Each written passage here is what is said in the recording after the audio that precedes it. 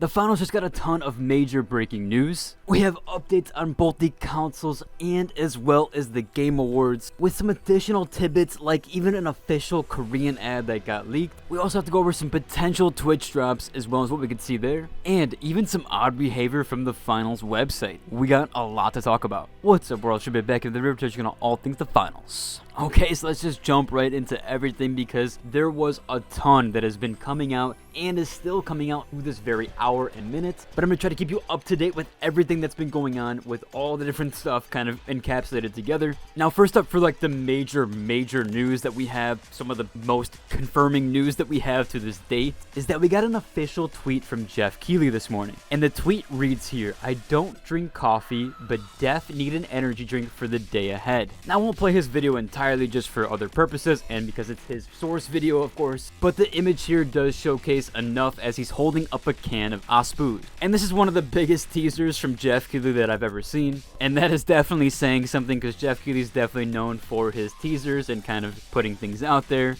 at least a little bit earlier than usual and it being actually official. It is really cool to see them finally pump out some marketing here and even use the in-game sponsor stuff. It definitely ties in really well with like everything involved with kind of marketing to the masses with that. Now, as far as I can tell, Aspuz is a fictional product with kind of some nuance there. Obviously, Jeff Keighley has a can of it, so maybe we're going to see some Aspuz actually out in the wild. I think that would be an absolutely incredible marketing tactic by the actual Embark Studios. Now, they go as far as having both a Reddit, a Twitter account, and even a TikTok account for Aspuz. So there's a ton going on there with just that marketing. Now, we do have those big console updates. We have both for PlayStation and as well as Xbox. It seems like PlayStation players now are potentially able to pre-download or preload the game, and Xbox players did receive a 2 GB update there. So you should both check both of those things here. And now, from the looks of it, there is no more beta attached to the actual finals on either store section for either PlayStation or even Xbox. However, there is still that website glitch and potentially the store thing with Xbox where if you go to the actual finals page that doesn't have the beta attached to it, it's still giving you that error message as I went over before. That's probably obviously going to be kind of greenlit as soon as the game goes live, which could potentially be tonight. Now, we did have that Korean Twitch finals ad. I'm not going to showcase it just in case for reasons. I saw a lot of stuff getting deleted on Discord about different things and different leaks. Now, this suddenly appeared as soon as it hit December 8th in Korea, and it basically got translated to Play Now Season 1. So we got 2 confirmations there. We actually got a big confirmation with potentially being the release date of today, obviously, or tomorrow in Korea. And we're launching with Season 1, so there's no Season 0. We're actually getting just out the gate, we're getting Season 1. Now, of course, also this is kind of big because there will be a Battle Pass there day 1, ready to go, it seems like, as this is the first season. There's also another thing to note with Twitch itself, and that's the Twitch drops or Twitch drop potential. Now, there has been some people that have said that there was something in the actual Twitch drop section, or they got a notification for it. Wasn't able to pinpoint down anything per se with the actual Twitch drop itself or the imagery for the Twitch drop. There was several people that mentioned that there was a Twitch drop basically pop up as soon as they went on Twitch for the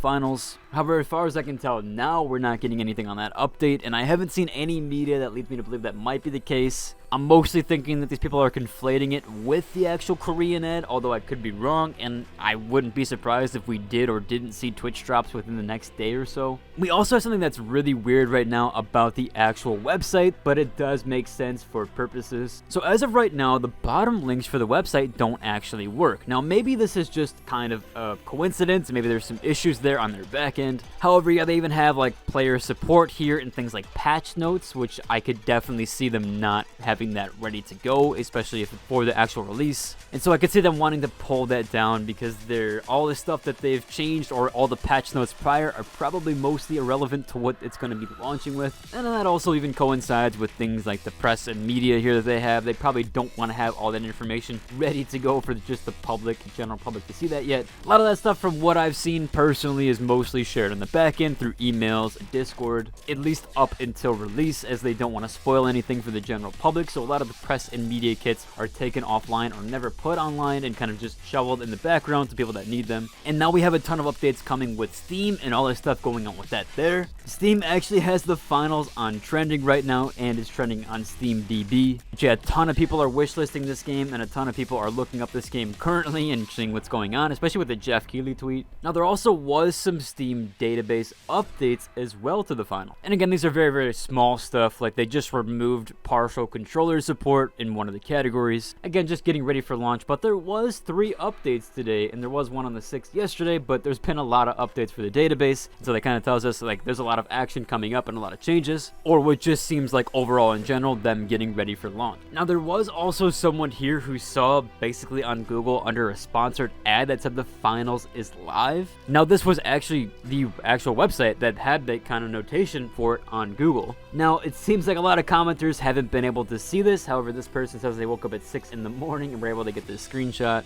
And again, this is just coinciding with everything, telling us that, hey, the finals is definitely probably going live today. Of course, you can't believe everything here. We do have to take a lot of this stuff with a grain of salt because nothing is actually confirmed, and a lot of this is just kind of anecdotal evidence from one or two parties. So you do have to keep that in mind with everything I've gone over, aside from the official stuff like the Korean ad or even like database changes or the stuff with Jeff Keighley. Just some late-minute mentionables, but there were people actually questioning what the frame rate was on console. Most people were saying that it was at a stable 60 FPS and that was just locked there. I know some people did want 120 FPS mode, however, I think that it's going to get 120. The game does actually run fairly well for what it is and a lot of stuff that's going on in the game. However, even with like DLSS and stuff, I'm still not getting too crazy a frame rate, around like 100-ish, sometimes 110. And to keep that in mind, that is with DLSS, which I have tested both FSR 3.0 and DLSS, and the frame rate bump from DLSS is just basically impossible to compare those because it's almost like apples to oranges, especially in terms of frame rate.